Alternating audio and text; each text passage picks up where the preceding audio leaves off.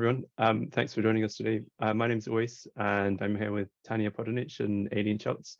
I guess we've been speaking with each other for a while, airing out some conversations and some ideas and some thoughts about AI in the legal industry, and we wanted to share that conversation and open it up.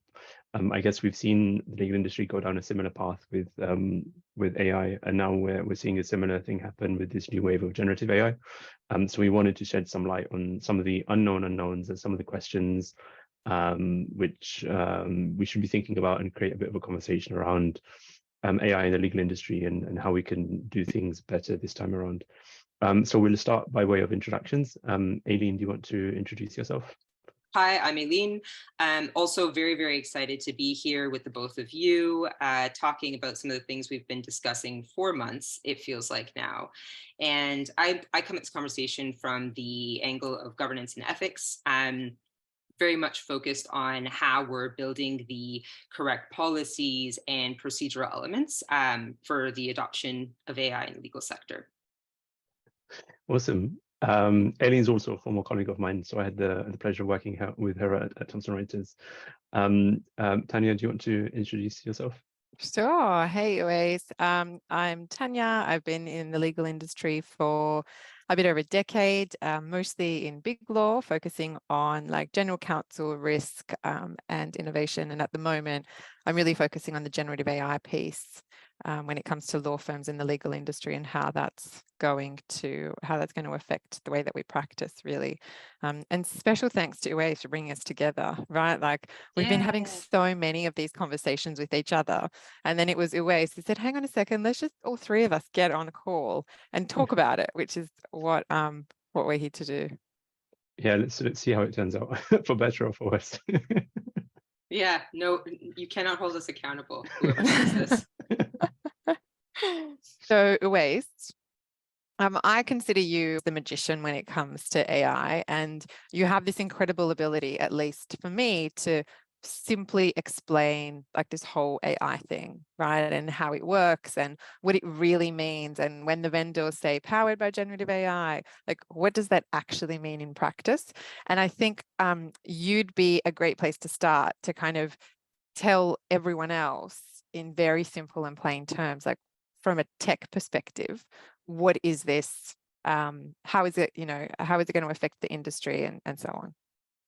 I think it's an important question, and you call me a magician, but part of what we've been doing with Simplexical, it's in the name, simplifying the complex, if anyone's noticed, is to try and... It took me so long to work that out, by the way, which is, anyway, a story for another time. So part of what we've been trying to do is demystify AI and take the magic out of it, and effectively to try and get people to understand that behind the magic, there's an actual process, there's an actual methodology in terms of creating and consuming these AI systems and these AI applications. I think what's really, really interesting is that with the introduction of generative AI, it's once again, there's a general like hype around it, and people have jumped onto the bandwagon. But I think the problem with AI is more of a problem around education, that because the technology is so complex and it's so far removed from anything we're normally accustomed to in terms of like traditional software, it's very easy to play smoke and mirrors in terms of promising the world and making it seem magical. And there's almost this aura of mystery around how AI actually works. Like, how are these models created? How does it work? And what goes on behind the scenes? So a lot of the work we've been doing when we've been speaking with clients is on that education piece. First and foremost, like how do we help people at the first level think about AI, and then at the second level speak about AI? And I think part of that problem is around language, because people are throwing around buzzwords. They don't really mean anything. When you say AI to one person, it means something different to another person. And then there's in the mix of all of that, there's very egregious claims in marketing materials, which gets floated around as well. So we're trying to help people like figure out what AI means. And I guess the goal of doing all of that is to try and get us to a space where we have the shared understanding of what AI is, and we have the shared vocabulary of what AI is, because then it's much more productive in terms of having those conversations. So the technology is complex, but it's not as complex as rocket science or quantum mechanics. Like, you can explain it, you can reproduce these things. And then when we get to a space where we have that ability to talk about these models, to talk about the technology in a meaningful way, then I think that the conversations will be much more meaningful, and then we'll be able to actually get into the nitty-gritty of the particular applications of where AI can actually drive change in the legal industry, rather than everybody just shouting and making noise about we're using generative AI in a very broad and meaningless sense. Yeah, this reminds me of like, have you guys seen that meme where like you're using generative AI? It's like the Scooby-Doo meme, and then he's got like a paper bag They over pull his off head. the hat. Yeah.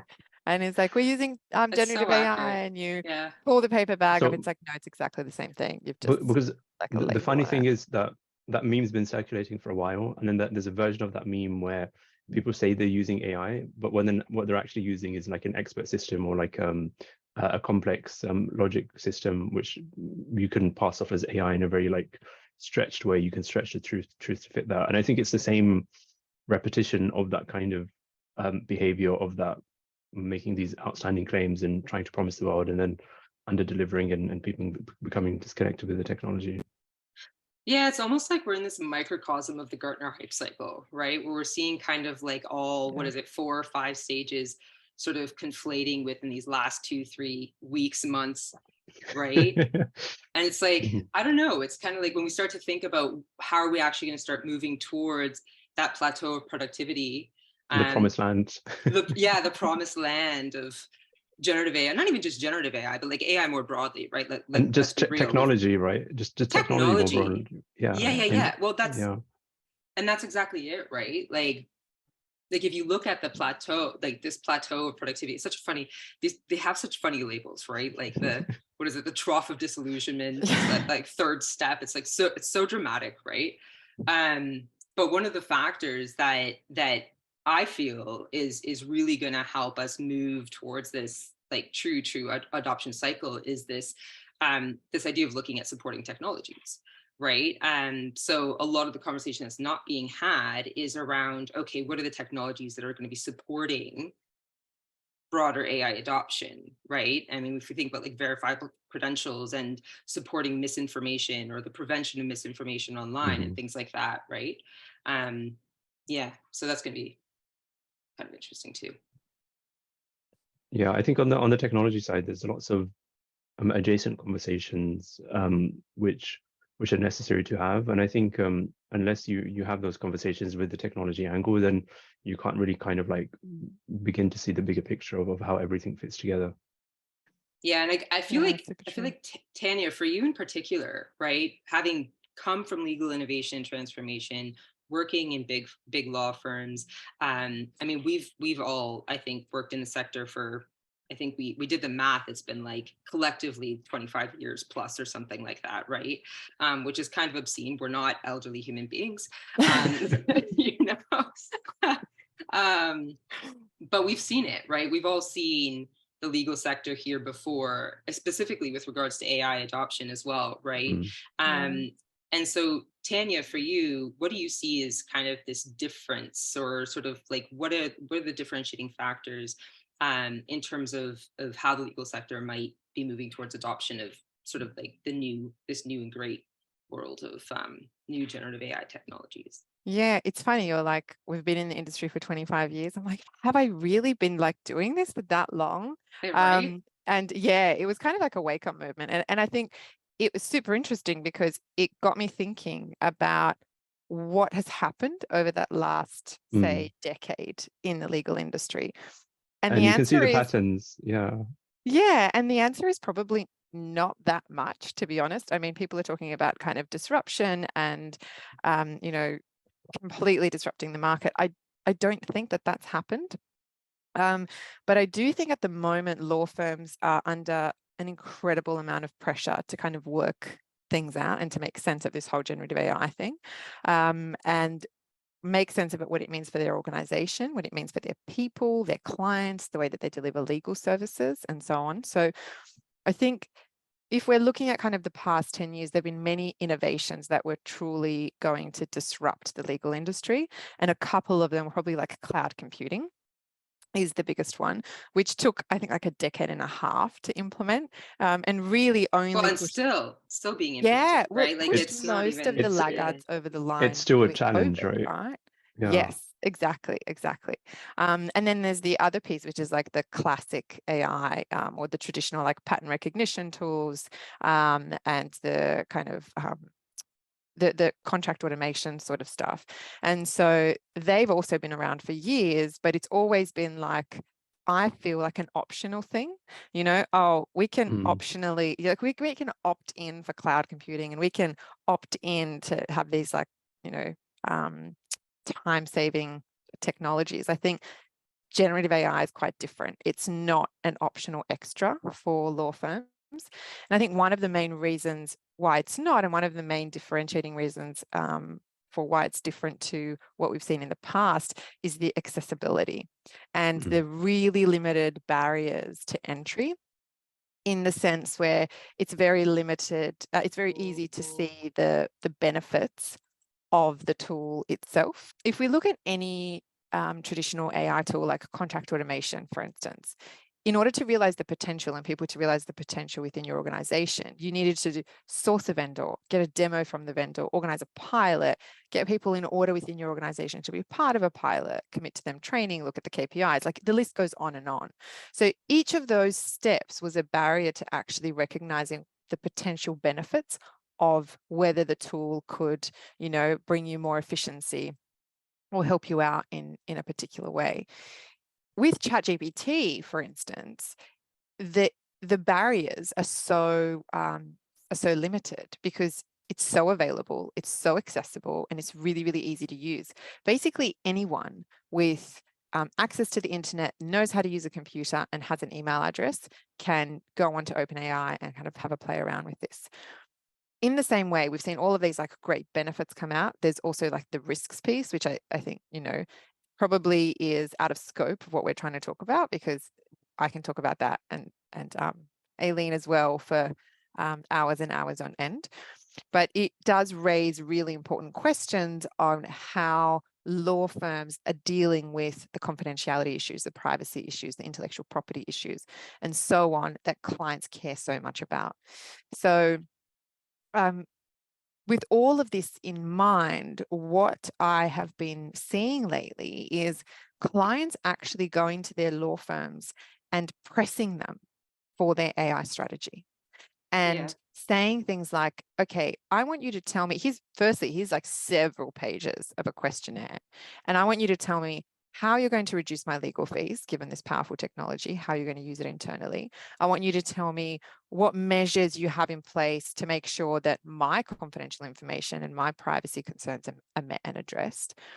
And in some instances, we're seeing clients say, I want you to confirm that you won't be using any of my data and my information to be training any large language models that you may be thinking of in order to gain, you know, the productivity. Now, the flip side to that is, and again, conversation for another day, is we're finding some clients are saying, I want you to decrease my legal fees, but at the same point in time, I don't want you to use my information to train the tools that will reduce my legal fees. Again, like totally another topic that we can spend, I'm sure, hours on. But if we're looking at kind of those three parts, I think they're all really interconnected. And the one thing that I would encourage law firms to really take note of is an AI strategy. Really think about what your short-term, long-term, medium-term goals are, and really think about how that's going to impact your organization and affect your organization. With the full understanding, right, the caveat is that your long-term and probably your medium-term goals will change, and they're going to be blown out of the water because this tech is moving so rapidly. So one thing that I always say to clients is you need to be agile and reactive now more than ever. And I know that's really hard for law firms, and traditionally they're not very good at doing that for very obvious reasons. But the expectations here are very high, and I think the demand is coming from the client, so they have to kind of respond to that. One other thing that I'm seeing that I think is going to change the landscape is this actually going to impact our industry and cause any sort of disruption or change? So you and I are not, the three of us are not having a conversation in a decade time again and going, oh, so what's changed in the legal industry? Not much, folks. And I think that this is different, right? And the reason why I think this is different is because of what large language models can do for law firms and indeed for organizations. So when I think through this, I think that one of the biggest assets for law firms is its tacit knowledge base. If there is a way to extract that tacit knowledge base or to replicate it in some way and use it in another organization, hypothetically, and an ABS in jurisdictions where regulation allows alternative business structures to operate, it will level the playing field, right, a lot more. And I think the other really interesting point is it's really difficult to disrupt an existing organization and potentially cannibalize its own business. It's far easier for a new entrant into the market to gain more market share by building a business from, an AI first approach. And this is why I think the new entrants will really be able to take a lot of benefit from Gen AI. And this is why law firms really need to start keeping pace with that and keeping abreast of it. It's not going to be one of those things where they can optionally consider whether to use large language models or generative AI. I think it's definitely not going to be kind of one of those things that we've seen in the past. Yeah, and we have seen a lot before, right, around like LPOs and alternative service providers and different cost structures and things like that. It's going to be interesting, right, to see what this next wave actually brings and sort of true adoption of those alternative models, and how are firms restructuring and accounting for these things as well. And it makes me think a lot about, also the right purposing for this technology, right? Where, you hear this scary stat about how Google's, it's scary for Google, but it's also scary for all of us, for very real reasons, about how their search traffic is going down, right? And that's a real issue.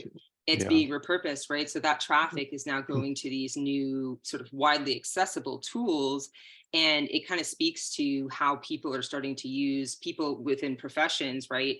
We've seen it in the legal industry with legal citations, but also in terms of just sort of everyday people using it as a financial advisor, or, I have family members who are just kind of like using it as this magic 8-ball. They shake it up, put some prompts in, and they're getting, life advice on various topics. And I'm personally really fearful of that same kind of like lackluster, sort of ill thought out approach that the legal sector seems to kind of be hurtling down, just kind of for lack of understanding. Every profession's in the same space right now, right? Just trying to figure this stuff out. And yeah, it's nuts.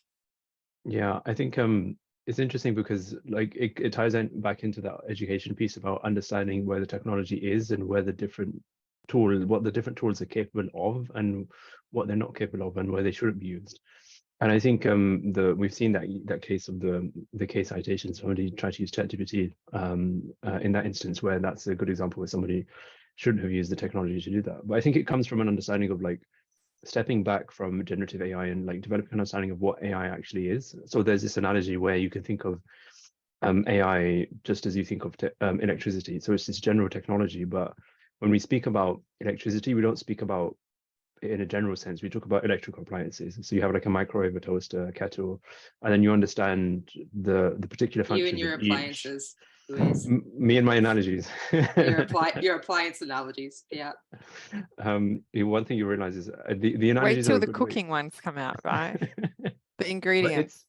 But it's interesting because the technology is so complex. One of the easiest ways to get across what the technology is to map it onto common experiences from the past, and then the best way to do that is through analogies. And I think that's a way for people to frame the technology in a way where they can like see where it fits into what they know about already.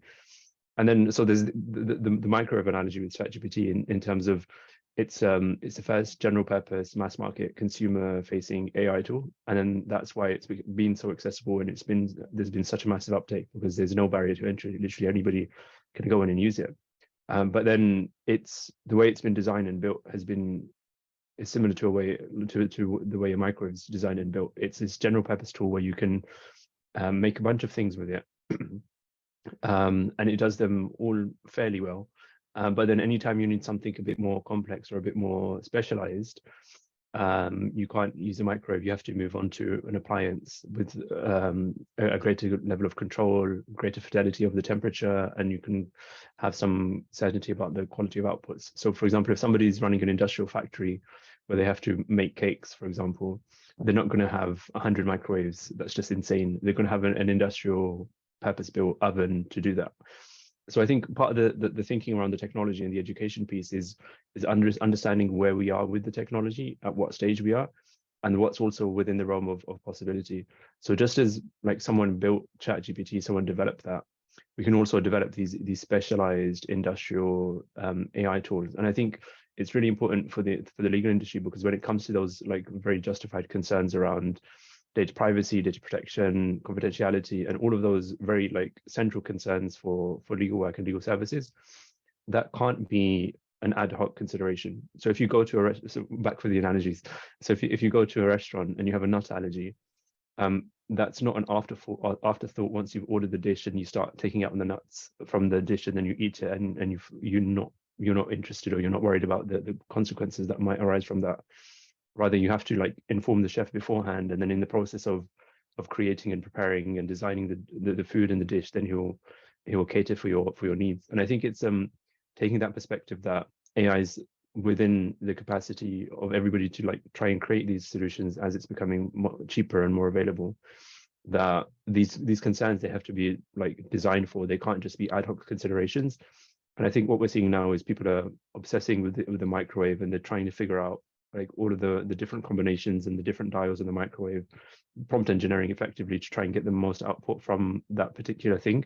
But then maybe it's that you don't actually need a microwave. You need something a bit more heavy duty, like an oven, which has been purpose-built. Yeah, I think, and this goes back to kind of like understanding the art of the possible, like you were saying, and this is why I think you really need a diverse group of people working on something like this. And I'm sure, Aileen, this is kind of right up your alley with the governance and risk piece, but having that diverse group of people to understand these tools and what they can do and how they affect us, and you know how they're going to affect the industry as a whole.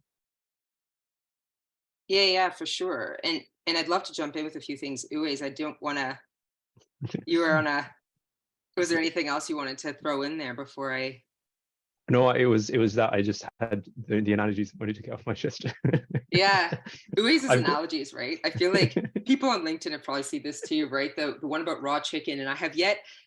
Is that actually true? That if you put raw chicken in a microwave, it'll come out, or if you put chicken in a microwave, it will come out raw? I want to do this experiment. I mean, if you the analogy was, it was on the back of the ChatGPT article where someone the case citations which were fabricated, but it's this general idea that if the job you have to do is that you want to roast chicken, if you try and do that with a microwave, you're not going to like get your job done, if that makes sense. Right. And then if you try and use ChatGPT for something where you need like credible, factual verification of your citations, it's not going to do that. Like you need another tool. But I have more analogies up my sleeve, but I'll leave them for another time. But when it comes to, I guess, so Tanja mentioned that it's important to have those different perspectives, and I think, Aileen, you bring a really interesting perspective around the governance and the ethics angle. So when it comes to like these conversations around AI, everybody's obsessing about like prompt engineering, developing their own customized large language models, and people are starting to think about AI strategy. Where does the governance piece fit in, and is that something which we can like think about later, or is it something we need to think about now when we're thinking about all of these technologies? Yeah, I mean, a lot of it goes back to also, I just kind of want to touch on this too, right? Is that what Tanja and you Uwais were saying a moment ago too, right? About this idea that, I mean, the microwave, everybody probably I can't even imagine the things people tried to cook in a microwave when it first came out, right? Before people got used to like, okay, yeah, maybe it's not best for boiling noodles or whatever. But you still get with microwaves, like, if I don't know if you remember, but if you order a microwave, like out of the box, you get this like recipe book from the manufacturer, which tries to convince you that you can cook like 100 dishes using a microwave. I don't know if you've ever like flicked through one of those. I actually don't own a microwave, full disclosure. Very specific reason. Very specific reason. You don't own a microwave. That's correct. And that's by intention, by design. Conversation for another time. Now that my dirty secrets are out to the world. I mean, the analogy still holds. Like, if you switch out the microwave for an air fryer, I mean, it still holds, right? Because like with an air fryer, I don't know if you have an air fryer, maybe you do. No, but I have a friend that is like practically an affiliate marketer for air fryers and trying to get me to get one. Yeah. And then if you talk to them, they'll probably like try and tell you that you can cook anything in an air fryer, right? Actually, this friend is very modest. You know, she's very, she's good. She'd be a great generative AI salesperson. She's like, listen, here's what's really good for, but it's really, really good for it. But yeah, so going back to your question, right, about regulation and governance, I think there's a really important piece there, right, that a lot of often gets neglected, right, is that this is generative AI, right? It's designed as a creator, right? It's used from historical data, right? And if we have a lot of people, organizations, professionals trying to use it as this sort of all-purpose thing for anything that seems like it may be an AI use case, they're kind of just slapping it on, right? And then wondering why really bad things happen. Primarily the raw chicken, right? Like raw chicken. Yeah. I mean, again, if ever I happen upon a microwave, I will do that experiment because I'm very curious. Very curious if it comes out raw. But I mean, it's obvious, right? It's obvious we need regulation. You have big tech firms going on about this as well, which actually scares me a little bit. And I've heard a lot of really, really well-respected scientists going on about this as well, is that big tech firms kind of going on about regulation and sort of, you know, seemingly suddenly caring a lot about this topic that traditionally they've been kind of trying to skirt around. It is a bit of a distraction from the sort of actual work that needs to be done. And it's not to say that obviously regulation is a huge component of what needs to be done here for governing these technologies, but it's not the be all and end all, right? So we're talking a lot about regulation, but there's a lot of ways for organizations and AI developers to kind of skirt around some of those. And I should say, by the way, because I'm so pro governance, I often get called out as being like anti-technology. I am a diehard tech optimist, and I want to make sure that is known. And that I come at this from the point of view of enabling technology, enabling business, enabling period. Because if we sort of go into this whole next generation of AI adoption without these considerations, businesses are going to fall flat, right? We're not going to get very far. And so I come at it from that point of view as a diehard tech optimist. Just wanted to make sure that was totally clear. I just want to second that, because being in like risk and compliance for most of my career, everyone thinks that you're like the red tape, and it's like no, I'm not the red tape. Yeah, exactly. I'm helping you. Yeah, I want to help you achieve like what you can achieve out of this and exploit the opportunities. Absolutely. Yeah. You're like the restaurant critic who wants to get the best out of the restaurant, right? Yeah, exactly. for want of a better analogy. Food with Uwais. That's got to be a cooking channel or something else for another time. But it's not like there hasn't been protections in place, right? It's just that there's a lot of fine tuning in terms of the regulatory standardization bodies and things like that, fine tuning for sort of these nuanced new applications. But if we look at like what the FTC has been doing in the States and things like that, there's already existing anti-discrimination laws and things like that kind of capture some of these issues that we're seeing with AI. So it's not that regulation doesn't exist. And it's certainly that we need to get there. But there's a lot of nuanced, sort of much more technical things that need to happen in order for us to arrive at true compliance, right? Like if we think about bias detection and mitigation, for example, right? That's not something that you can kind of just slap a piece of legislation on and then have the accompanying regulations come out and kind of say, okay, thou shalt not have bias in your systems. That's not how it works, right?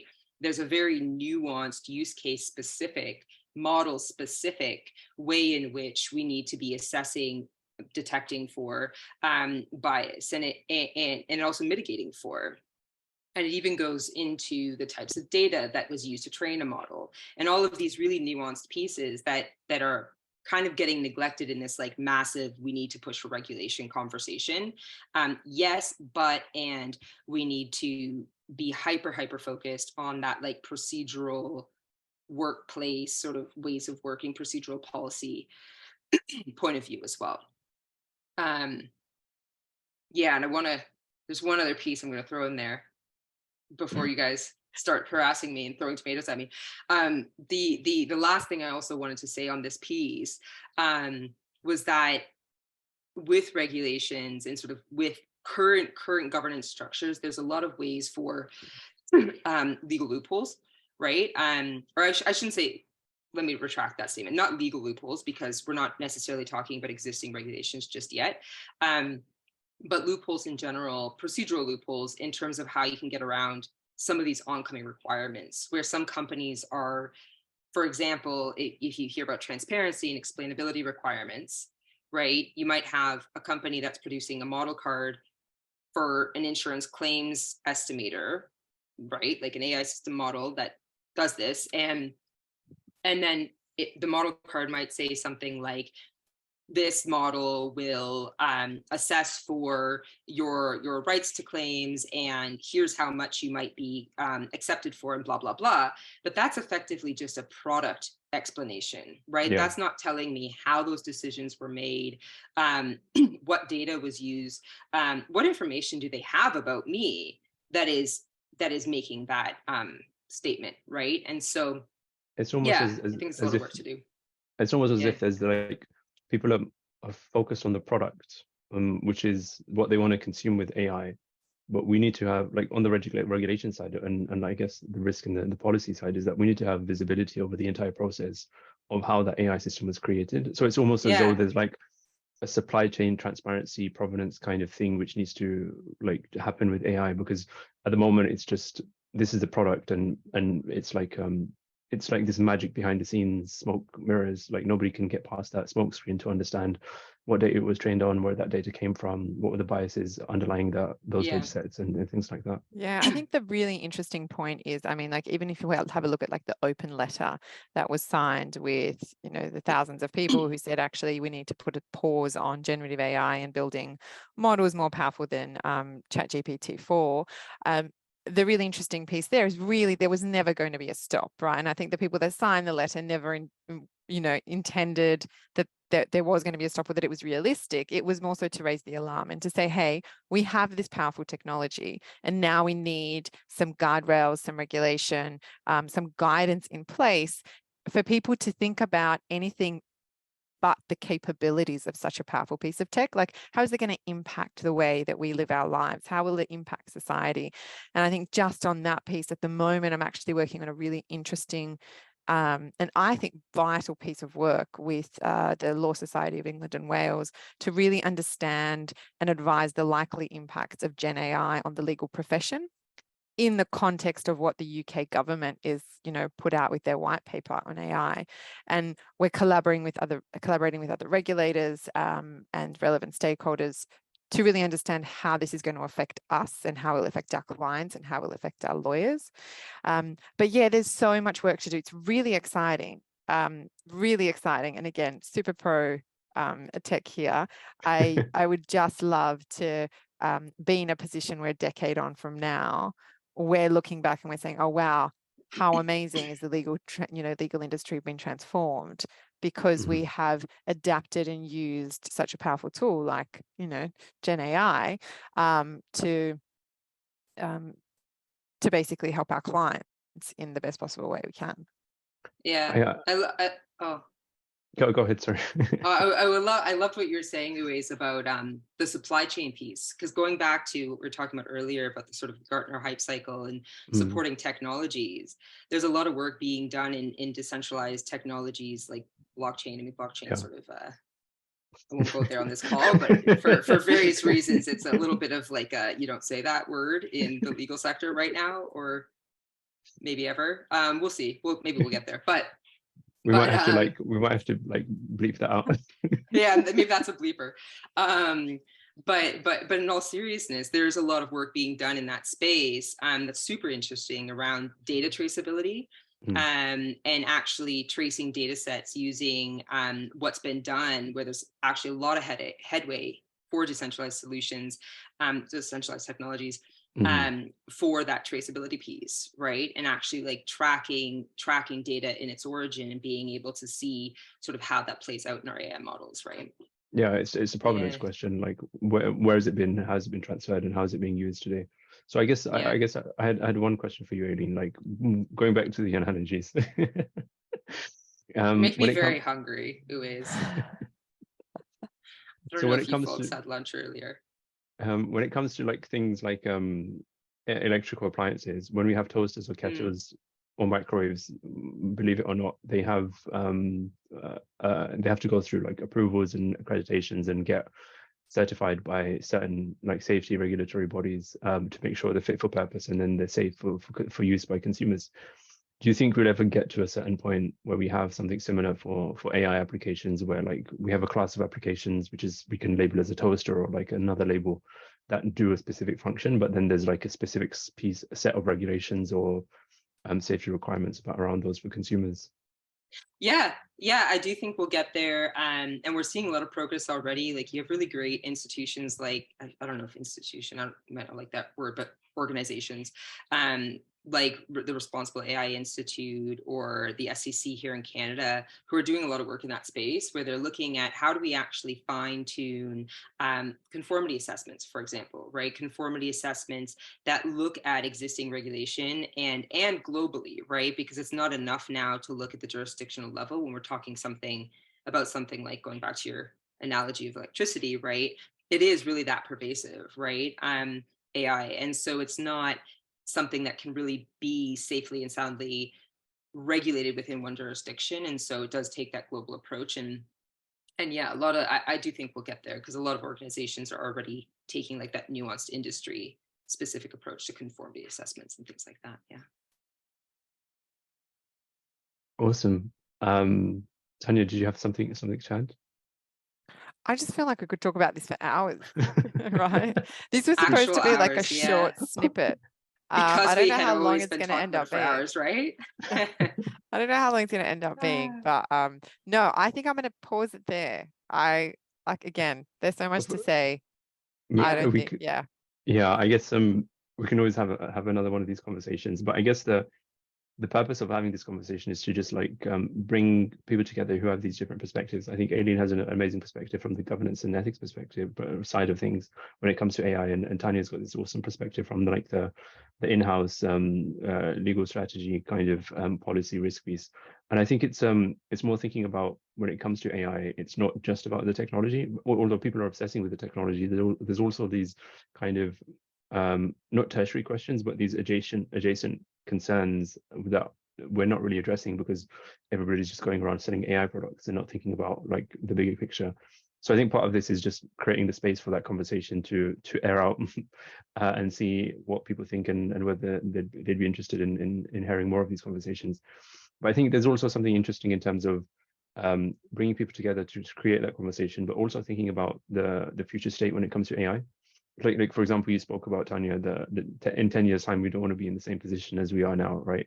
Like how can we do things differently? And I think that will only come about from having these types of conversations and open exchanges, like bringing people with different perspectives to try and see how we can do things differently across the industry.